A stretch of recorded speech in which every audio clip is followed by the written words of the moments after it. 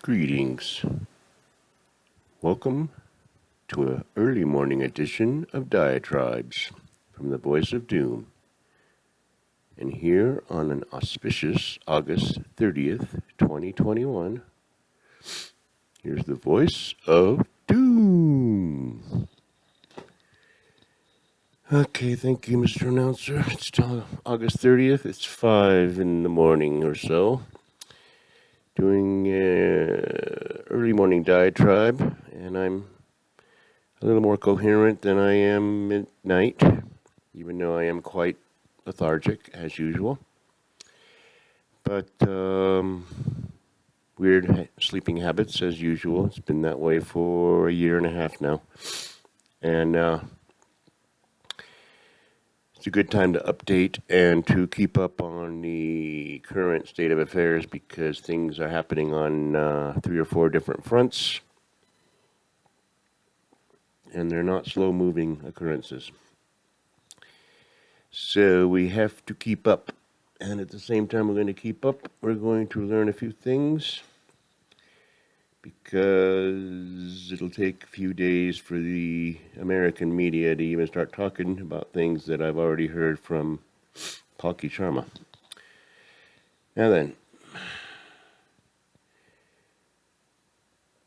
my prediction that there would be 2 days of quiet before the big send-off seems to be coming true. I thought there'd be another major explosion, and there would have been, except for the fact that Biden, what the hell, Petri dish of putrefied excrement of a diseased jackal is, getting tough because of that explosion that killed 180 people, by the way, current number. Now we had 13 people in the armed services of America dying, so that leaves 167 that were bystanders. Now I heard 28 were Taliban, so you take that away and you still have, 139? So 139 bystanders. How many were Americans remains to be seen. And by the way, there's all kinds of Americans, as you may well know, looking around the country, that you're so anxious to have a hodgepodge of everybody, and we do. There's lots of people that maybe don't even look like they're Americans that are Americans. Just because they're not white or black doesn't mean they're not Americans. So you never know who it was. And that will be sorted out in the coming decades when they, clear away everything, the debris. But Petri dish is effective in his strikes because he killed a planner, and now yesterday, apparently a rocket hit a suicide bomber with all kinds of bombs in his car that was ready to drive through and just make an even bigger mess than the last one. And it would have happened. But somehow they had the intelligence, and when I say intelligence, they had the information given to them that they could pinpoint exactly where this guy was and kill him with a rocket through our amazing military technology. So somehow we're able to kill these suicide bombers. We find out who they are and we get rid of them. I mean, it takes hours because that's what we're talking about. It's been hours since the last thing. So apparently we have some ability to do that. Now, one child killed, that was a kind of a banner or kind of a title of one of the Gravitas reports, or Wyand, one of the two, and I didn't hear much detail about that, but getting information from here and there, it seems like, one family was killed in the explosion because they were near the car by, whatever involvement they had. It could have been their uncle that was a terrorist. Who do you don't know dynamics.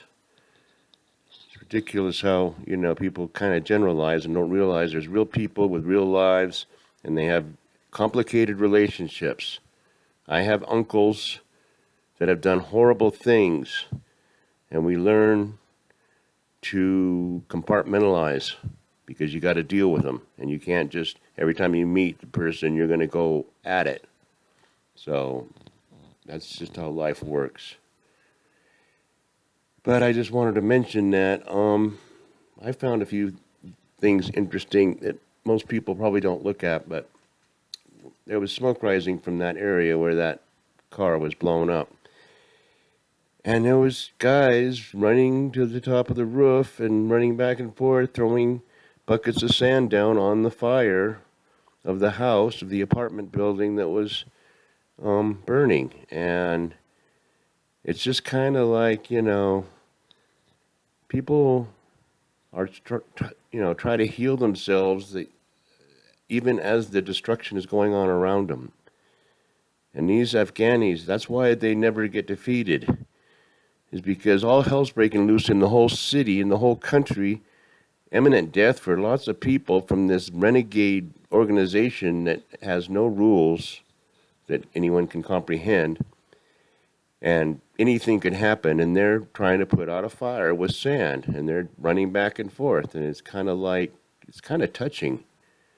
I mean, when you think about it, because they keep trying, and it's almost like ants that have been inundated, their whole anthill has been obliterated, and they go right back to building it again without really thinking about it. It's interesting. I'm going to check into that behavior a bit more. Zabullah Mujahid is a spokesperson, and he may come into play soon. I know all these guys, like everybody's going to talk. I hear their names coming up over and over. They're going to be household names. Apparently, I heard a little blurb, a little snippet of news that the Taliban offered General McKenzie that they would not even enter Kabul while we were getting rid of people. And McKenzie, in his wisdom, because he's a military expert of the highest caliber, said, nah, you can take over Kabul. We just want the airport. Ergo, what we have. And he was mentioning that people like Westmoreland and, MacArthur paid for their mistakes by losing their careers and losing their honor, basically. Going down in history as not that great. You redeem it, take the good with the bad. Patton, yeah, weird, but a good general, MacArthur, he was the shining light of Japan. If it weren't for him, Japan might have gone a different way. So you can't just shunt him off. But this McKenzie guy, I don't know if there's any redeeming qualities to him. I don't know him personally. All I know is they offered him, the Taliban said, we will hold off going into Kabul until you get your people out. And he said, nah, we're good. We can get them out even while you're taking over the city. So that's the Petri dish administration for you, the Petri dish legacy. Now I want to get more into the fact that, well, of course, the hurricane has hit landfall, and we're getting a lot of footage of very strong winds, and they're saying devastation, and they're saying massive destruction, and if I remember Katrina correctly, that during the time of the hurricane, we weren't really as concerned as the aftermath, or we thought it wasn't as bad until we saw the aftermath. So by my calculation, the aftermath of Ida should be horrible, because we're in the middle of a horrible situation at the outset. Before the hurricane even reaches shore, we've already put ourselves in a horrible situation. So, and not just Afghanistan. I'm talking about the whole human condition with what we're doing. I'm not going to mention what we're doing. But I will say that when the shit really starts to hit the fan, I think that a lot of people who think that they're exempt from being lambasted or being actually confronted very angrily and very dangerously, I think they're deluding themselves, because I've seen how people act when they panic. And the staunchest left-wing Antifa guy will go after AOC if he feels threatened. He will go for her throat. And that's kind of, it's not like I'm wishing anarchy and murder, but I'm just saying I've had my throat held by a person who was panicking. And he didn't even know who I was, but he suddenly panicked and he grabbed me by the throat because it was just an animal instinct.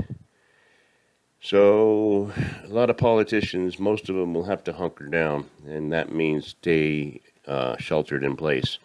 Because I don't care what stripe you're from, people are going to blame people. They're going to blame anybody they associate with what's about to happen. And it is countdown to agony, as I've said before. The countdown has started.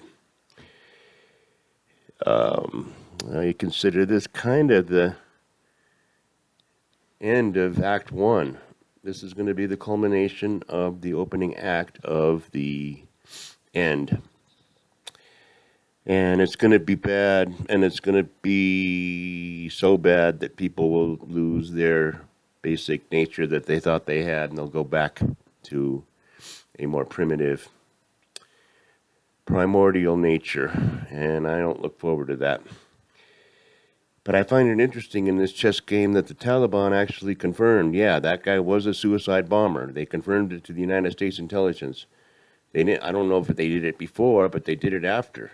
When the rocket hit the car, the Taliban said, yeah, it was a suicide bomber, and there was a couple of them. And I think we got both of them. So our intelligence can be intelligent. They stopped 2 other bombs that would have been, just one more thing to add to the cake, besides the icing. But it only plays into my theory that there will be 2 days of peace, relative peace, where the Taliban will almost seem cooperative. But they are making noise like the August 31st is, true. You got to be out. So obviously we're getting our forces out en masse at this point. And the infrastructure, well, the same infrastructure that our beloved leader, our beloved Speaker of the House would want, the same infrastructure at Kabul airport is breaking down. So I can only imagine that August 30th, which is today, is going to be a mess. And people are asking, well, what time on the 31st? What time do they have to be out? And it's getting to that point, the hours and the minutes. And it's like, okay, your time's up, bing. And then what happens after bing? Time's up. Remember in Independence Day? So I'm just rambling. I have a whole bunch of more notes about something else that I find very important. And it's going to be a whole new episode.